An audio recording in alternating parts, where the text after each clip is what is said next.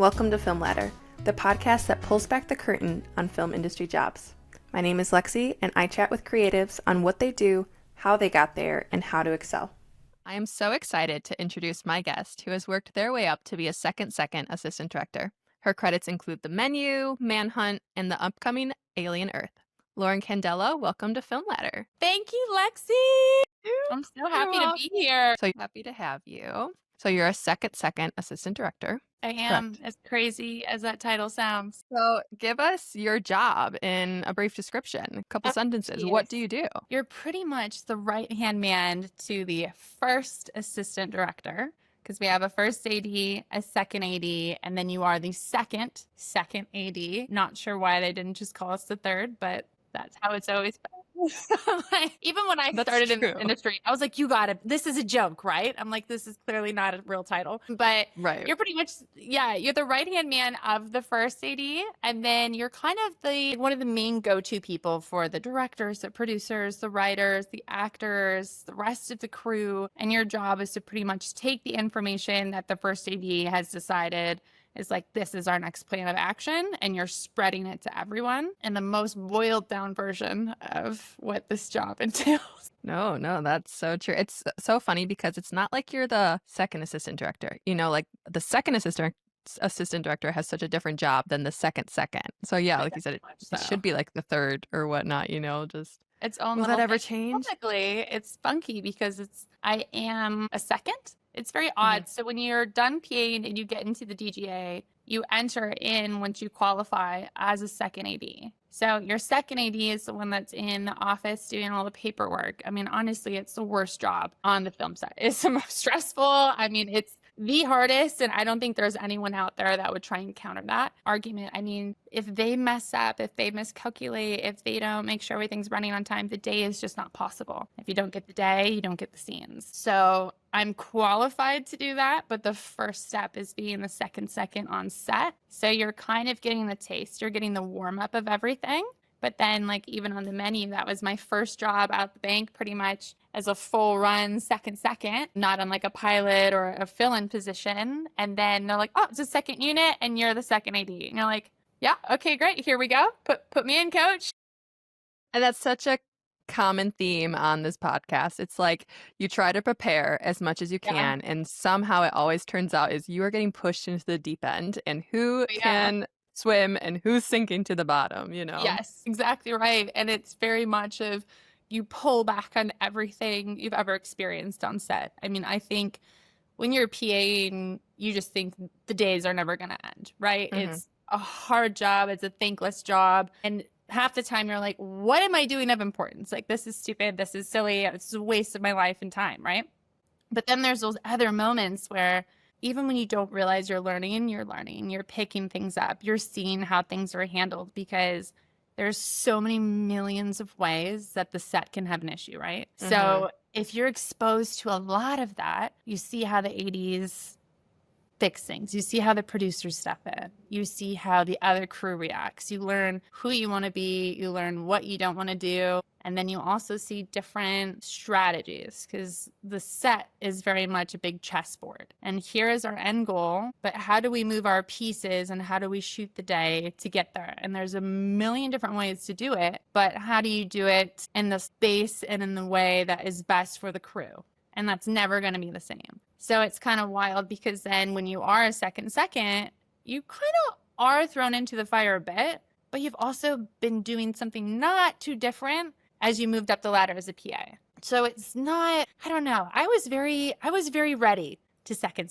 I was like, put me in, coach. Like, as soon as I had my 600 day, my book was in. I was like, I'm not sending buffer days, which is bad advice, and you definitely should for all the PAs listening. But I was very hungry and very ready, and I had PA'd for a long time. So for me, I was like, I'm ready to make this paycheck that's better for a job that's, you know, not much far off than what I'm doing. And then as you second more, it really is just a luck of the draw of who are you with? Because when you're doing third area, I came up in California, you can't AD there. So you're with brand new people.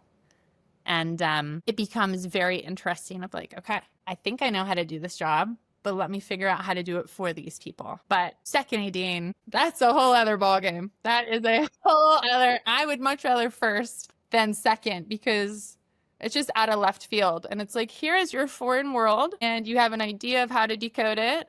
Good luck. Right. I can't wait to Yeah. have a second AD on, and then they'll just talk about their lovely life of seconding. And that is, we're going to get into how you got to where you are and what your goals are, but is it pretty common that it's like, okay, you're a PA on set, you have to get 600 days, you're working your way to get those days, you're key PAing at the end, and then you're in the union now, the DGA, and your first job you can get is second AD. Are you even able to skip to second AD?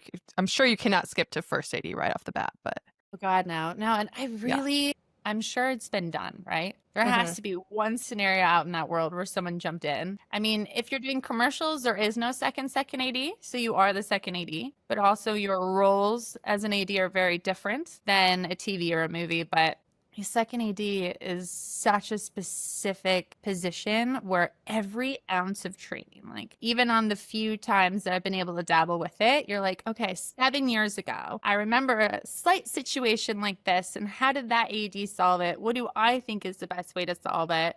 And how do I use the team around me to help me figure out the best way? I would never advise anyone to jump right into second. Keep it slow and steady. Observe, and do that. Well, okay. So seconding, I want you to walk me through like a general week of work, what that looks like for you. And you can break it up too of like, do you get any pre-production days? And then what does that look like? Then what does shooting look like? And then do you get any wrap out? So pre-production is great because you usually get 2 weeks to a week and a half of prep. And I think what surprised me the most is when you're in prep, that's where the movie is made. A lot of people have told me that. And I'm like, what are you talking about? I'm like, we're doing all the work right here. You cannot possibly be doing this in the office. We're blowing up a bus. Like, how is this done in prep? But I think I learned so much when you're in the logistics meetings, when you're in the stunt meetings, even in the hair and makeup meetings, and you can kind of get a little taste of how everything's built and the intricacies and everything that's going on. I mean, prep is really, you design everything. And then when you show up to set, how well did you prep? Because whatever you set up is what you're going to employ. And if everything goes well, you shouldn't be finding out anything new while you're on set. That's the hopes and the dreams and the goals in case...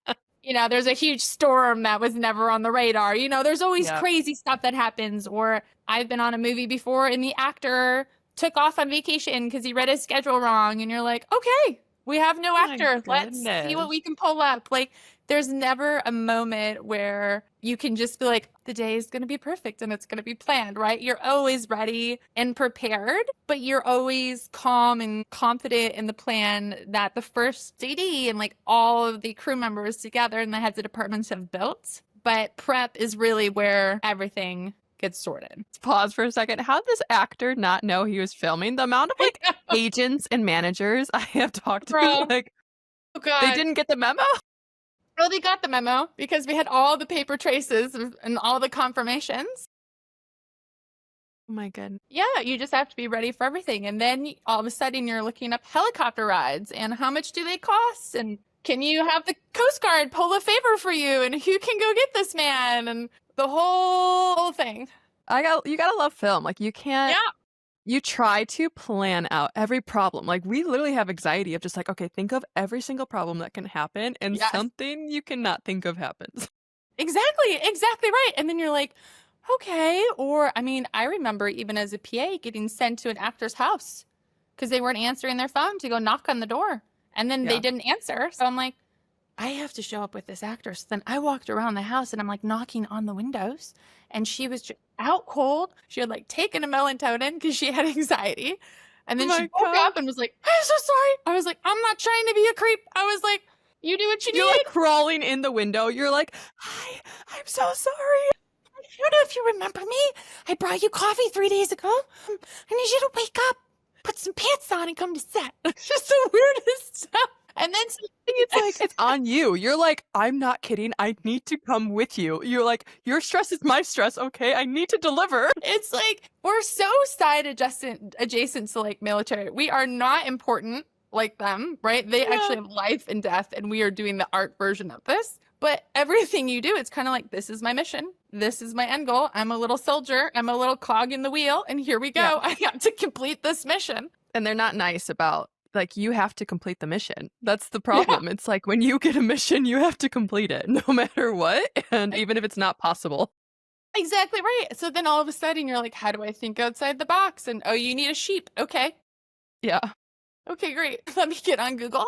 I think I passed a sheep 45 minutes into my drive. Let me see if I can call the man who lives in the hut back there. See if we can get you a sheep. Okay, give me 10 minutes. And they're like, wow, thank you so much. That's the dedication we need. You're like, oh my gosh, I love what I do. I love what I do. I love what I do. Exactly. If you even get a thank you. Are you kidding? You like present the sheep. You're bleeding. You're like cut up from the barbed wire. You just jump through to try and get the sheep for the damn shot. And then it's there. And then they're just like, okay, great. Got that. And moving on. And you're like, all right. Well, I'm proud of myself, so there's that. And then you look back at the movie, the sheep's in there for like 2 seconds. You're like, the sheep's there because of me. Yeah, you're like, I did that. And when you watch it with your family, Mom, I was standing right there. The tiny victories. Oh, the tiny victories. So, bring us, okay, so what is the second doing during production? Give us a day with a lot of background. Let's paint the scene, like you're doing a concert scene. Oh gosh, that just gave me anxiety. But you're doing a concert scene. You have 150 background on the day. How are you helping? Okay. Well, a concert is probably the easiest one because they're all just standing in a crowd. But pretty much get there a half hour to an hour before, because as a second, you are paid on a flat rate. So you can't go over, especially for NBC. You're only allotted to work a certain amount of hours. So that determines your pre-call. So you come at your call, and then you go in and you check in. And at this point, you have a fabulous team, and you have a background PA who's been there since the early crack of dawn, I imagine. And they're checking everybody in. You have the hair and makeup and wardrobe department who is tirelessly working to make all these people look amazing, because every single human you see on TV has been approved.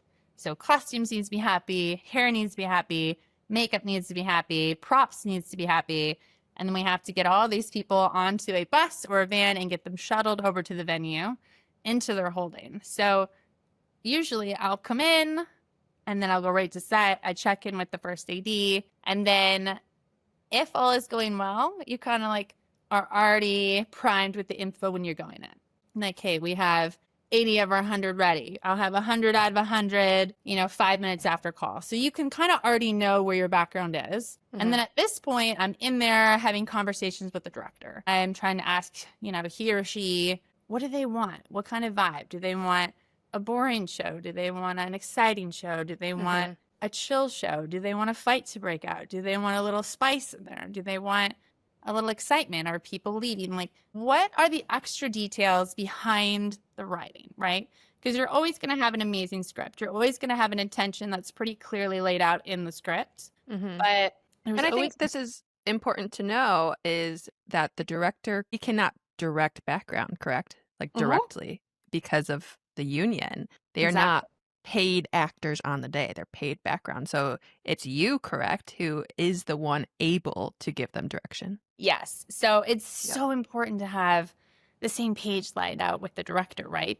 Because if he's in his mind going, okay, I have this writing, I'd like them to do something along these lines to help my actor get to an emotion. So sometimes like your background design is not just to fill the screen. It's to help build the environment for the cast, for them to act off of, for them to vibe with, for them to get to their own performance with. So once I get all the notes from the director, then I kind of sit back. At this point, we're probably into a private rehearsal with the cast. And my favorite thing I like to do is when the cast is rehearsing, absorb everything. You want to not be too nosy, so you give the director and the actors their space. But if you can hear the notes, if you can understand the tone, if you can understand the overending goal, then it makes your life so much easier, because then you can support. Because my main job as a director of background, how do I support the wheel? How do I support the vision? And now how do I get all these people who may or may not have ever been on a set before to get on board. So once I have an idea of that, I will set all the background in my head. So by the time we have a marking rehearsal and all the crew comes in and everyone sees where we're going to put cameras, I'm done. So that's my favorite trick, because then I'm like, okay, this timing, I have that timing, I have this, perfect. So then while cameras are setting up, I will do any other chores or needs that are done on set. I will make sure the director's good. I'll make sure our PAs are totally organized with their jobs. I'll make sure producers are happy, the first AD is happy. When there's a calm moment, then I'll go back to background holding. Okay. And that's where I'll talk to them and explain the scene, explain the intention, and then just explain basic rules, right? Like, what does rolling mean? What's picture up? You know, when to talk, when not to talk. Don't bring any of your public and private things, for the love of God, to set, or don't have your phone out when the camera goes by and then someone's mad that their text to their mom bitching about their boyfriends on national television. You know what I mean? Like, explaining to them. You're like, I've seen it all, people. Don't do it. Oh my gosh. Yeah. So you're like really explaining them the ways of the set. And then you go back to set, you help run everything smoothly. And then when it's time to bring in the background, you want to do it as quickly and efficiently and quietly as possible. So interesting. And I'm sure you get the firsthand look at just like directors who have a vision, or directors that are just like, oh yeah, like calm or something. And you're just like, okay, well, here we go. Exactly right. And it gets a little interesting too, because it really depends on the show or the movie that you're working on. Some producers are very involved. Some writers are very involved. And even some first ADs are very involved. I mean, setting background is one of the few creative things that an AD gets to do, right? So and of course, like being a second, I can always learn. There's never a moment where you're like, I have this figured out. So it's always helpful when you have a great relationship with your first AD and they're like, hey, let's do this. Or, hey, there's a C camera that we're adding over here as a heads up. Like, let's have these guys come over. And then now all of a sudden it's like the two of you making this even better, like super beautiful ensemble. It's fun. And then you get contrasting things sometimes. Directors say, I want this. Producers say they want this. The writers want something else. And you're like, yeah, okay, no problem. You got it. And you find a way to make it all of those things and make everyone happy. So it can be tricky or it can be very easy. It's just depending on the group of people that you work with. I mean, when you're in that situation, who is the ultimate person that you listen to? The director. Absolutely the director. I mean, there will be moments where a writer will come over, very, very rarely. It's usually in smaller settings or a very specific background, like featured role. And they'll give me a note and I'll hear them and then I'll let them know, like, the director really wants this. Because then at that point, it opens up a beautiful discussion, right? Because then I'll go, okay, let's go talk about it. And then they can make sure they're on the same page. There's never like an overall, my word is law on the set, which I think is so beautiful and fun. Producer might have a great idea. The first AD might have a great idea.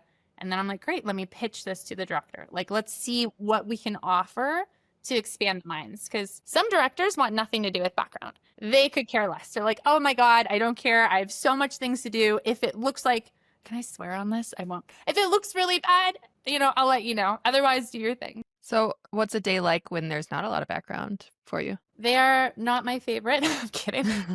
Like, it's so boring without my people. It definitely can be. I mean, when you don't have a lot of background, it's just very much your focus on the set, right? You're next to the DP, you're seeing how you can support him. You're what we call a ping pong with your first AD. So if he's on set, you're with the producers and you're trying to be an eyesight of the director if he's at Village, but you also need to be within earshot of the DP, because most DPs will just talk to you while looking at the screen, but they'll be in mid-conversation and then make one little note, and you're like, oh, that was mine. Yep, got it. And then you're like, listening to this conversation, and this producer wants that. So it's a lot of breaking your brain, right, into different sections and going, how can I multitask, all while texting the chains and the updates and that sorts of things. And then maybe the first AD wants to go upstairs and prep. So then now you're on set and you're covering his or her role. And then that's where you're lucky to have a good key PA who can then kind of be a floater and then go, hey, this person needs this. And then you can pop out and try and do that and then pop back in. It's kind of every position is, how do we keep the ball rolling? Who needs my help? What does camera need? How can I move something to make sure we don't slow down? How can I get this person power? How can I help these two departments communicate? So the ball is never slowed and we can just keep rolling. So you're kind of in my mind, you want to be the catch-all and the help. And there's never a answer of no, or that's not possible, or yeah, I don't know, you're out of luck. It's like, yep, you need this answer. I'm going to work on it. It's very set and involved. A lot of hats that you wear. And you do it so well, Lauren. You know I Thank admire you. So I want to know your very, very first into the industry. Was it a lucky strike moment? Was it an internship? Like, what was your first time getting on a set? Sure. All right. So I was going to med school. I was a biology major, came from a very strict family who was like, you're a doctor or you're a lawyer. And I love science. So I was like, okay, I'm going to pick doctor, which I'm super squeamish about blood. So I'm really glad that never worked out for me. I was like a great test taker, but it really was not my move. Yep, same. But yeah, right. So Batman vs. Superman was filming in Detroit, Michigan. And I was in school, and my mom is an esthetician in Royal Oak, Michigan. And a bunch of crew members went in there one day to get their face done. And they're just talking. And I know, like, how random is this, right? And they started talking with my mom, and she's giving them a facial and all this like fancy stuff. And then they're like, oh yeah, we work in the film industry. And they're like, do you know anyone who needs a job? Because we need extra hands down on set. And my mom was like, oh my God. She's like, my daughter's about to go to med school. And my mom knew I loved film sets like Transformers. I have broken into that set. I went to craft service. I ate some cookies. I was like, what you doing? What are we? Was that in Michigan? Yeah, they filmed on my college campus. So I was like, I'm paying tuition. I have a right to come here. Like, I was real cocky about it. I just wanted to observe. I was just fascinated. But for me, not once did I think this is what I would do. So my mom was like, great, I got you an internship. So I'm like, great, let's see what comes about. I'm going to be stuck in an office somewhere. So I went over to the accounting department, and I was going to help be their assistant. And then on this show, it was very specific. Usually the ADs and the PAs handle background. But on this one, they had a background casting company come in. And the woman who ran it was really good friends with the head accountant, and she was desperate for people. And she walked in, and she's like, is this girl smart? And I'm like sitting there like, hello, right here. And Lydia's like, yeah, she's amazing. We love her. And she's like, great, I'm going to take her. And just like took me. And then I get over there. They're like, okay, you're going to work and you're going to highlight papers. And I'm like, could this job get any lamer? And I was on a fold out table in the middle of the hallway. And I have a huge stack of what I now know are the background union and non-union vouchers. And you're highlighting all the spots I need to fill out. And then Ben Affleck and Henry Cavill come out of the gym. And I'm like, whoa. And they're like, you know, in their itty bitty little workout outfits. And they're talking to me. And I'm like, oh, hi. Okay. Yeah. I'm like 19. I have no idea what's going on. And I'm like, this is the best day ever. And so I became like their buddy as they'd go in and out for all their, you know, workout sessions. Right. And then you get to know people as you're in the hallway. So then you kind of were familiar. And I was like, oh, well, I now know the costumer and I know the one writer and you know, a few grips that would always go by and say hi. So I was helping as the casting assistant for a long time. And then there was a day where 300 background needed to be taken to set. And they turned around and were like, Lauren, can you do it? Now, I was so freaked out. I was like, wait, you want me to leave the desk? I highlight my papers. Like, this is what I know. I don't know what I'm doing. And they're like, it's fine. You cannot possibly F this up. And in my head, I'm like, right. So like, take these I was like, watch me. Like, take these 300 people, right? Here's me being like, hi, before I found my like set voice of this is what we're doing. Yeah. And I'm leading these people through the studio, which is actually lovely in Michigan, through the back lot and towards a big blue screen. And they're like, you can't miss it. Just keep walking. I'm like, okay. Well, they were filming a scene. Okay.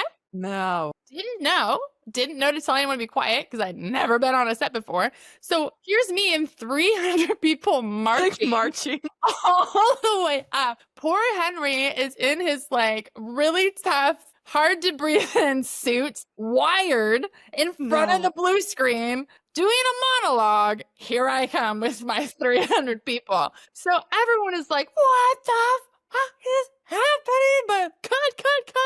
And I'm like, I've done it. I knew I was going to mess it up. Freaked out, right? But this is where luck had a little bit to do with it. Okay. I was wearing jeans and like a black t-shirt, my hair in a like ponytail. And before Gal Gadot had done Wonder Woman, we were the same body stats, right? And then she went and got like even more ripped. And that's where we fell off. And my back was facing them and she was late for an interview. So they're like, go, go, go. And I'm like terrified. I'm frozen. I'm looking, my back is to everyone else. I'm horrified. I just want to crawl under a rock and die. And then I turn around and they're like, who is this girl? And I'm like, I'm banned. I'm never going to be allowed to come back. Like, they're asking my name. They want me gone, blacklisted. Like, this is bad. This is really bad. But in the meantime, like, the PAs obviously all ran over, took the background, put them in the right spot. Oh, good. And then 2 people walked with me back to the main studio area. And I was like, I'm literally about to be escorted out. Like, I'll never see a film set again. This is it. One and done. And then they took me over and they asked for my stats. And then, long story short, I became her stand-in when we were in Chicago. And then like there were a few running scenes and now I'm running and I'm doing all these amazing things. And I went from never being on a set to now traveling with the crew. Now I'm in Chicago and I'm standing in on set and my mind was blown. I'm like, here I am with Zack Schneider, who's giving me directions along with Bruce Moriarty, who's a brilliant first AD, and you're like, okay, this is awesome. And I was so hooked. And so I begged them to let me PA. I begged them. And they're like, oh God, no, we're not giving you a walkie. I will try again tomorrow. And they're like, not happening. I was like, it's okay. I will ask you again tomorrow. And then by like the 10th time, they were so sick of me asking. They're like, for the love of God, we'll put you on walkie, say one word and we're going to fire you. And I was like, fine, I can do it. I'm on walkie. So then I got on walkie, I got on headset, and I remember being so intimidated. I was like, I wouldn't dream of saying anything anyway. Like, it was so intense. Yeah. But it was so brilliant. I still am. I'm back to highlighting my papers, but now I'm like, I've done it. I've made it. Yeah. And then when we were in Chicago, we were doing a huge Batmobile chase. Obviously, they needed a bunch of PAs, so they put me in there. I think I locked up a locked door. Amazing. I don't think I did anything too great. Like, give Lauren the locked door, guys. And then I remember they're like, Lauren. And I was like, it's certainly not for me. There is got to be another Lauren who's way more important. Who 100% would want to talk to me, right? I'm like, no way. So I'm silent. And they're like, Lauren Candela. And I'm like, hello? Like shaking. Hello? And is this thing on? Can you hear me? They're like, gave me to like come to Michigan Ave in Superior or whatever. And I was like, okay. And then I go there and then they gave me my first real lockup. And then I was like holding back 200 people on a huge intersection of Chicago as the Batmobiles come in. And then once they kind of saw me do that, they're like, okay, she's in. So then it was like overnight, center of Chicago. We're out there filming IMAX. The film camera keeps breaking. And I'm out there like loving my lockup. I'm like, this is the best day of my life. It's 2 degrees outside and I'm standing on a street corner, but I'm in it. So yeah, it was really fun. That was the beginning of everything. And then I knew it's what I wanted and I emailed and I followed up and was like, please let me know if I can PA anywhere. And then I got a few random gigs in Chicago because I was finishing out school there at Loyola anyway. And then I had emailed them, not annoyingly, but consistently, as I like to call it. And they were like, yeah, if you come out, we can give you a few days on the show. And then that was the end of it. And I went out and did a few days and then worked my tail off in a few more days. Then I found a AD named Clark Cradle and I was like, hi, I'm Lauren and I just sold all my possessions and I'm in California and I want to be you and please hire me again. As he was in the middle of his Power Circle lunch meeting with the producers because again, I didn't know what I was doing. Nice. But he's like, I like your gumption. And I like that you're a go-getter and I like that you're hungry for it. Mm-hmm. And then he brought me on to the next couple shows and then you meet people and it snowballs and At this point, did you know how it worked or did they tell you like, okay, what you need to do is keep working on set, get your days, and this leads up to being an AD? Or at this point, you're just like, I just want to keep working on set. You didn't even really know that. Yeah. I mean, I had a slight idea. I think I was about maybe 50 or 60 days in and like, when you come up as a PA, right, there's so many different levels of PAs that you're with. Everyone's in a different part of their journey.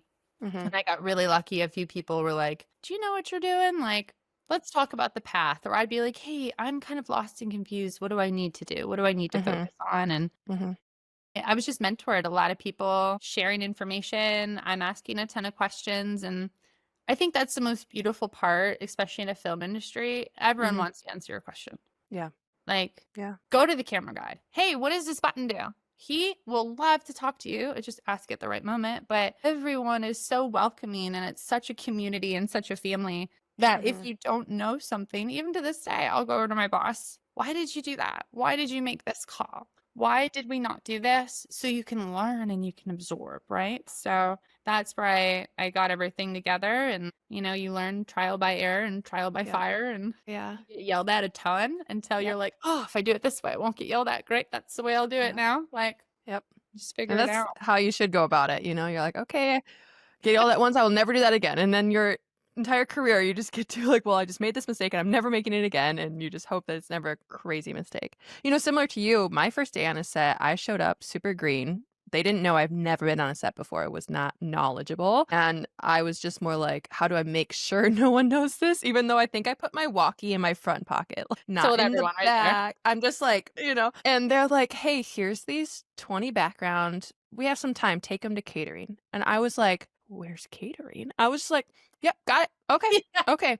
I'm just like, maybe call the call sheet. I'm just like asking anyone passing me, hi, like, I don't know what you do here. Where's catering? And these poor 20 people, they're just like looking at you as the leader. And I'm like, I'm so sorry. Yeah. I'm the leader that doesn't know where we're going right now.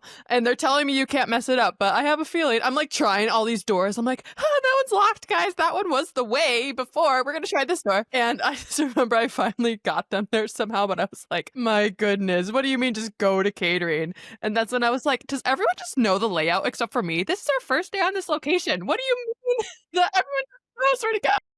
Oh my God, that's so cute. And isn't that wild too? But that's exactly what you have to do. Like, I remember there's so many times, as long as you try, you'll always get there. Like, I think the biggest mistake any newcomer can do is copy something and drop it. Like, don't drop the copy. If you've copied it, you've accepted your mission. Now you need to figure out how to do it. It's okay if you don't know, but you have to ask the right questions and you got to get it done in a timely manner. Or just like you could have been like, I have to go to the bathroom and ditch them, which I've seen some newcomers do. And I'm like, what has happened? There's 20 people just lost. What are we doing? So yeah, you did the perfect thing. And I did. You crushed it. Did they get to eat some food? They got food. They got food that morning. We found the way. Was it the fastest way to get to catering? No, but we made it. They ate. And just like you, if my name was called on the walkie, I was like, there must be another Lexi. I am traumatized. I'm like, hello? And so I just hear like, what was that? And just silence from me. I'm like not talking again on this thing. It can't be me. I only was hired for 2 days and I somehow worked my booty off and was asked back that entire rest of that movie. And I'm not surprised at all. I've tried to steal you so many times. In fact, I did on the pilot, didn't I? I stole you. I was like, you're on my team now. I need you. Pretty much.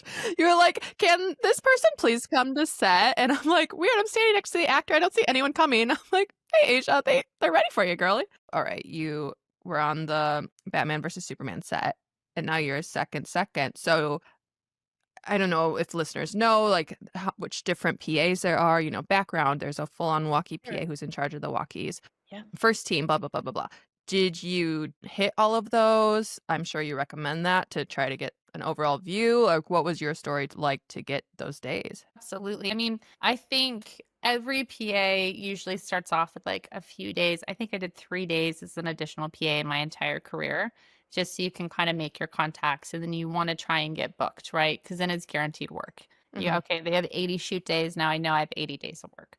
And especially as a PA, because you're not making much. So walkie PA is usually where everybody starts. And it's all the walkies for the crew, and you're logging them, you're labeling them, as well as headsets and MiFis and MiFis and all that stuff that we pass out for the trailers and the trucks. So it seems really simple. But then you'll have double up days and second units and splinter units, or big additional grip days, or maybe you have horses and carriages and you have 15. And fun. a walkie-talkie, as annoying as they might be, are very easy to just not come off your body, and you're just driving down the road, and then you may live an hour away and not want to return it. So that's a very expensive cost of production. So the walkie PA is in charge of making sure at the end of the show that you don't have a single walkie missing, right? Because then that's a huge budget. No batteries missing, no chargers missing. Like, that is your responsibility. So that's the walkie PA. Then you have the background PA. They're the ones who are processing all the background through the works throughout the day, doing their paperwork, their hair and makeup costume world that they're so deeply dove into. And then on a perfect world, they're up on set and they're next to me. I'm like, my perfect ideal dream is my background PA next to me, and then additional PA, over and holding, and they're kind of like your go-to. They're the ones who are helping chart, taking photos, being your extra eyes. If someone's stepping out to go to the bathroom, they are your main ride or die support. And then they're also keeping you in charge and like, hey, if I'm like, bring me 5 more, they're protecting my back for the turnaround. Always. So I'll be like, okay, we have 100 people. Well, I might place 50 of them and go, oh God, I need 10 more, right? But then that's where your background PA comes in and goes, okay, I'll give you your 10. That leaves you 40 with your back end. And I might be like, yeah, that's fine. Or I might be like, okay, let me rework my design and improve it. So then when we turn around, we're covered, right? So that's kind of like the second seconds ride or die in that area. First team is super important because if the cast isn't organized and cameras ready, we're wasting time. So the first team PA is not just keeping tabs in the most non-creepy way ever of like knowing exactly where every actor is and what they're doing, but they're getting them wired. They're making sure hair, makeup, costumes are good. They're getting their touches done. In a dream world, they're getting their last looks done. So when they walk on the set, they're ready to go. And they very much are, I think, the PA that talks the most on walkie. I think it's such an important role. And then you have your key PA. And this person is the like right-hand man of the second. You're in a very tight relationship and they're sending out texts to best boys. They're, if like, hey, I want you to fall forward and go check this set for me. Or can you let me know if if a steady cam is done being built? Like they're kind of your right-hand man in the eyes where you can kind of help teach them of things to think about. Because the second is thinking about what's next. First AD is thinking about what's present. I mean, a very broad spectrum of things. When we're all thinking about everything.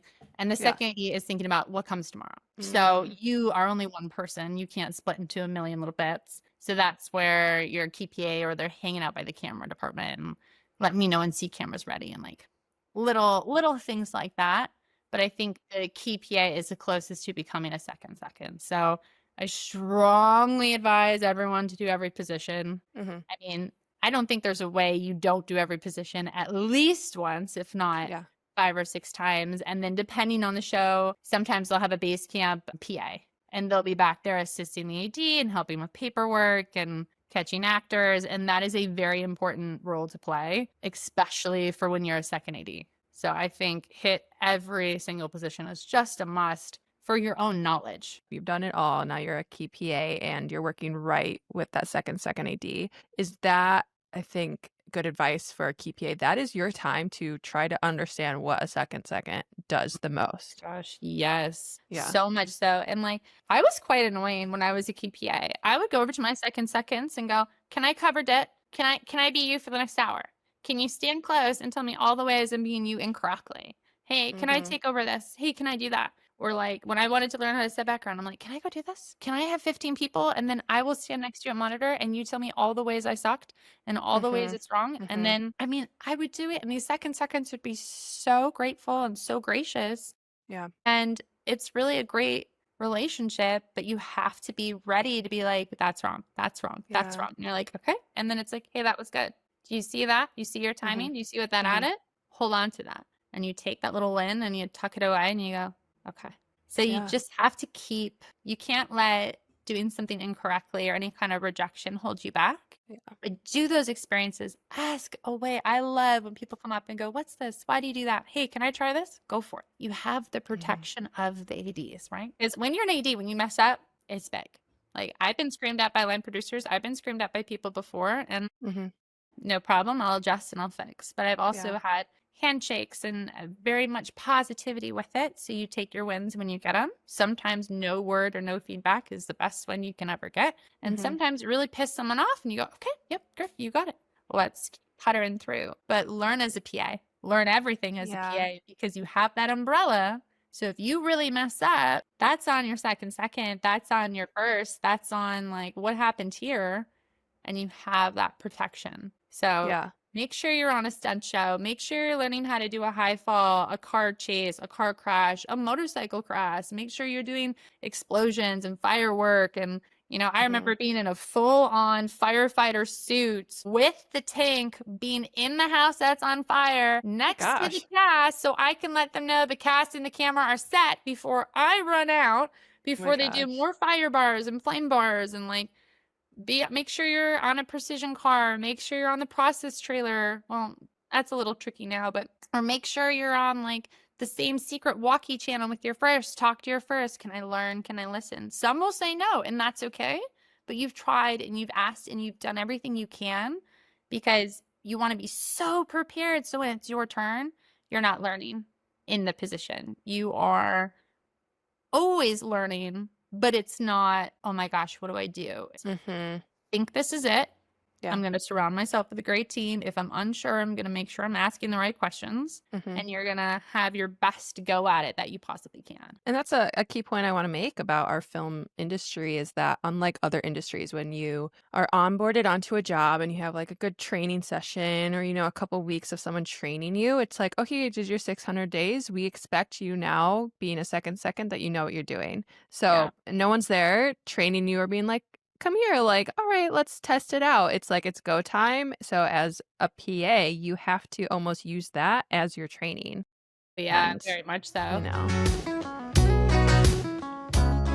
I mean, that falls into my next question, which is so amazing of what you've already said on this, but just what traits do you have to have in you to be a successful second AD? Sure. I would definitely say being calm, because the energy usually stems out from the DP, the director, and the first AD. But what you want to do is if you have a first AD who's really hyper or really like a screamer or whatever's happening, it stops with you. You absorb it, you handle your stress, you like purge it so you stay healthy, right?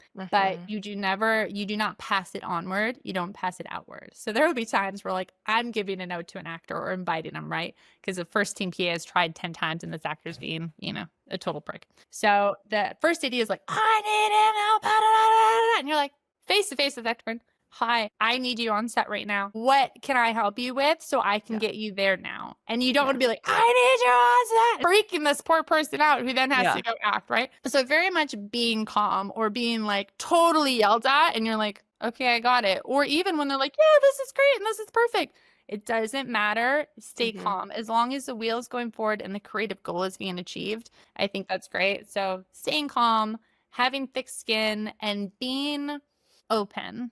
You know what I mean? Like, I love being a second on set because it's like everyone's like, hey, Lauren, hey, Lauren, hey, Lauren. Like, you're getting pulled in so many different directions. But sometimes, they're like, hey, I'm having an issue, or how can I help with this? Or, you're very communication based. So just being kind. Like, you always have time for everyone. That's the bottom line. What is a hard truth that someone should know that comes with the job of second that's maybe not all that glamorous, but they should know before getting into this? Sure. I mean, they should know it definitely takes a lot of your time. It takes a lot of your energy. It takes a lot from your body.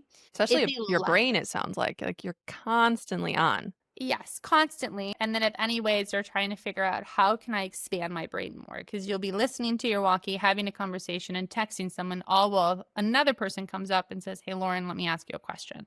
So I would say make sure you set your own priorities for yourself outside of work. I think that is great advice that I had received coming up. Because when you're so excited about your career and you're hungry, you kind of get lost because you're so fulfilled with what you do that you don't stop to think, are these priorities in my life? So I would say it's easy to get wrapped up in the job. Make time for yourself. Take care of yourself. Go spend the extra money and go get a massage on the weekend. Go find your favorite quiet place or loud place, whatever suits your fancy, and make yourself a priority. Go read your book. Go to that one spot by the lake. Find that best friend. Go on your date or spend time with your partner, because you don't want to let it consume you.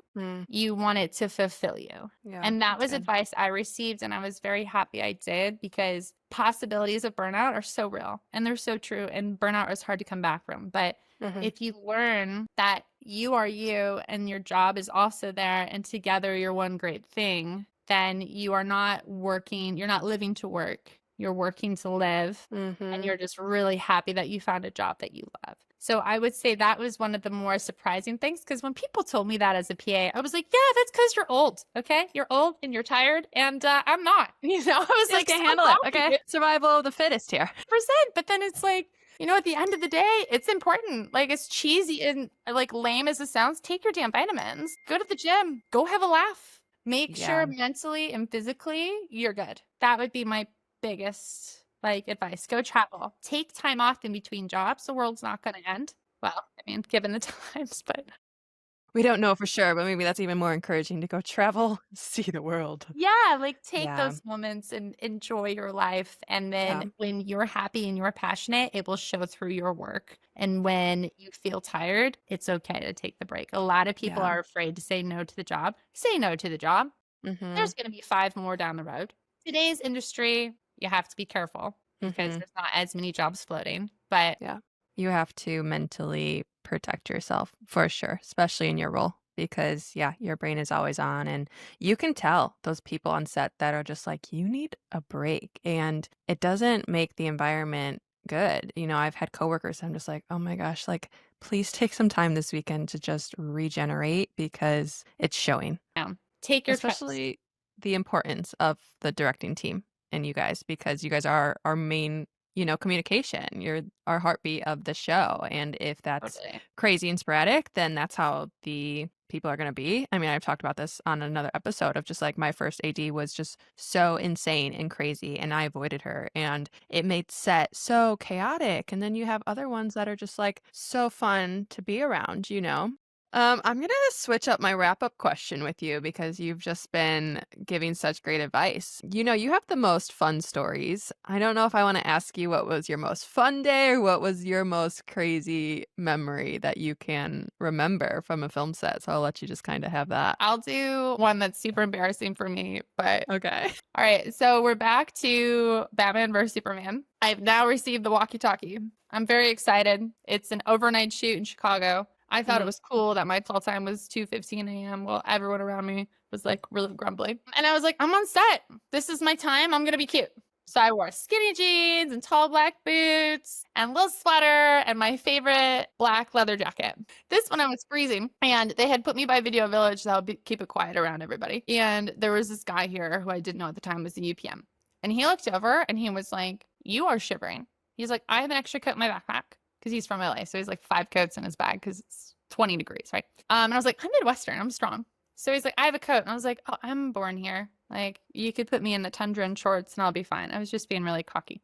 3 hours later, my lips are a shade of blue. And he was like, you are wearing this coat. Return it before you go home, you stupid PA. And I was like, oh, okay, thanks. Okay, fine. I'll take you up on that. So I put it on. And then one of the PAs is like, hey, there's craft service over here, which I also was not convinced I could eat from. I thought I had to pay. I thought I wasn't really a part of the crew. So I thought I'd get yelled at. So I'd hurry up and scurry and take like a cookie and then leave. So there was the long heaters, which I had never seen in my life. Why would I be hanging out by this? Yeah. Fueled by propane. So I go right up to it. I'm like, oh, sweet heaven, it's so warm. So I'm in it, right? Here's the heater. Here's me. I'm getting blasted. It feels amazing. And then someone's talking to me, right? It's a nice crew member going, oh, how you like it set? I turn, get lost in conversation because, right, this is the best day of my life. I'm on a set. So I'm like, oh my God, I'm living the dream. We're making movie magic. And then the other person next to me goes, oh my God, well, you're on fire, man. And I was like, thank you. I am trying so hard and I really think it's going well. And then someone else is like, you are on,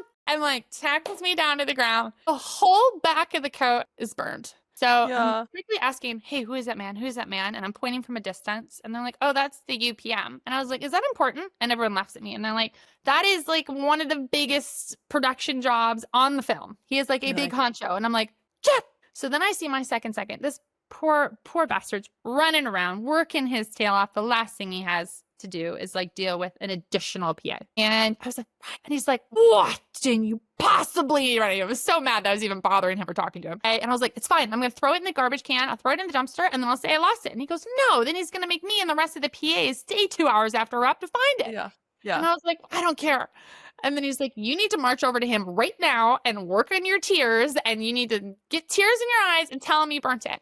And I was like, right now? And he's like, go. Well, Okay, I didn't have the common sense of knowing when to interrupt a power circle and when not to. Amy Adams, Henry Cavill, Ben Affleck, Bruce Moriarty, Zack Snyder, and one of the producers all in the circle. You're like, now's my time. You're Here we like, go. He told me to get in here. There we go. I'm going. I'm on my mission. And then I just stand there. Obviously, no one turns to look at me. They probably look at my hand, see there's no coffee, and ignore me. Okay. And they finally are like, because I'm close. I'm right there. And they're like, what? And I was like, I was really cold. And I'm trying. There's no tears. There's nothing here. Okay? I'm not an actor. And I'm like, oh. He's like, you burnt my coat, didn't you? And then I was like, I'm really sorry. And I was like, I'll buy you a new one. He's like, forget it. You don't make enough wages. You're a PA. oh my God. And I was like, okay, I'm really sorry. And then I was like, I'll just give it to you now. And then she just gave him the coat, turned around and walked away. I was so mortified. I was like, I will never be allowed on a film set again. Everyone's talking about the new girl who lit herself at fire at craft service, obviously. No. And I'm like, what a mess. And then just go interrupt the power circle. I'm shocked you're not blacklisted right now. me too. But the cast, I mean, come on, they're the sweetest cast, and they were just so nice. And like Ben had known me from me telling him to go sit in background holding at this This point. is just a Lauren thing. Yeah. Yeah, and he was like, "You're doing great. Don't worry about it. Like, you're learning more and more." And I'm like, "Thank you." And so I think the UPM was like, "Oh, why is Ben talking to her?" Like, okay, like, Yeah. maybe she's not like a random girl for this day. Maybe she's been a part of this crew. So then apparently the next day he had like asked, and the ADs were like, "Yeah, she's been with us for like 2 months." Yeah, but she just we know never Lauren. said her. Yeah, it was the first time we let her on set. We just gave her a walkie-talkie like last week, okay? Exactly. They're like, "We're really sorry." And so I was sitting alone at lunch, like a complete dwerb. And then he came over and sat down with me, and he was like, "Hey, I just heard your story. I heard we scooped you up in Michigan and that this is your world." And like gave me an amazing mentor talk. He had like gone to REI, got a brand new jacket, like, and it was such an amazing conversation to have in my career. And I asked him a bunch of questions, and he was super supportive. And then from the rest of the shoot, he was like so lovely. And then other crew members were like, "Why is he talking to the PA?" Which then kind of like opened more people up to being like, "Oh, the new girl, like let's talk to her." One little moment can really change your whole trajectory. Yeah. So that's So what I love, good. is the possibility. So good. And there's so much truth in that. I've been on shows for 2 days versus months versus this. And like, yeah, I found a mentor in those 2 days. Like, yeah, you just don't know what every day at set will bring, for sure. Exactly. And you have Yeah. to show up 110%. There is no energy Yes. of like, I'm going to kind of try, or I'm kind of tired. There are many Totally. people who do that. If you do not show up like that, you're doing nothing but going up, because everyone else who's showing up like that is just bogging themselves down. And it doesn't matter what role, it doesn't matter what position. If you always show up like, "Hey, I'm here. Hi, good morning. Let's do this. Let's go." Upward is your trajectory. So it's like, Yeah. that would be my advice. And You don't know who's going to help you. I've had people in crafty or this or that be like, "Oh, hey, I'm going onto this set. I love being around you. Like, let me try to get you in on this." Like, you just don't know who you're interacting with and what your pool of network can do for you, for sure. Totally. I mean, through working on a show in LA 6 years ago, I worked with an AD who was on the 8-month show for 2 weeks. And then he had a gig in Atlanta. And then that AD introduced me to now my nearest and dearest mentor, Nicole Burke. And like, I feel like she's my family. And like, I've known her my entire life, even though we've only known each other for 4 years. But I wouldn't have known her without this other person of 2 weeks. And like, I wouldn't be in Atlanta if I didn't meet this other person 8 years ago. Yeah. So it's so cool. Every job you don't get, you're not meant to get it. Don't worry about it. It's not in your cards. It's not planned for you. But I truly believe every person you meet for a reason. Every job you get because you're meant to have it. And you just have to have the balls and the kahunas and the gumption to go, "Okay, this door has been opened for me, and I'm going to grab it, and I'm not going to let it go." Or you let it go by the wayside. 100%. Show up every day with that mindset. I am meant to be here no matter what the role is, and I plan to get my 110%, and you will see your career take off. You will climb your ladder. Yep. That's a mic drop right there. I mean, what more can you say than that? For sure. Lauren, this has been amazing. This has You been are so amazing. fun. I could talk to you for hours. Well, that's This how I started- feel. I was like, girl, we got to go out and get martinis. We have a lot to catch up on. We have a lot to catch up on. I need to start a whole different podcast of just stories on set. Oh my gosh, I'm here for it. Thanks for listening to Film Ladder. I hope this episode brought you one step closer to understanding the many paths through the film industry. If you like this episode, consider subscribing, leaving a review, or sharing with someone else also navigating their next step. Until then, keep climbing.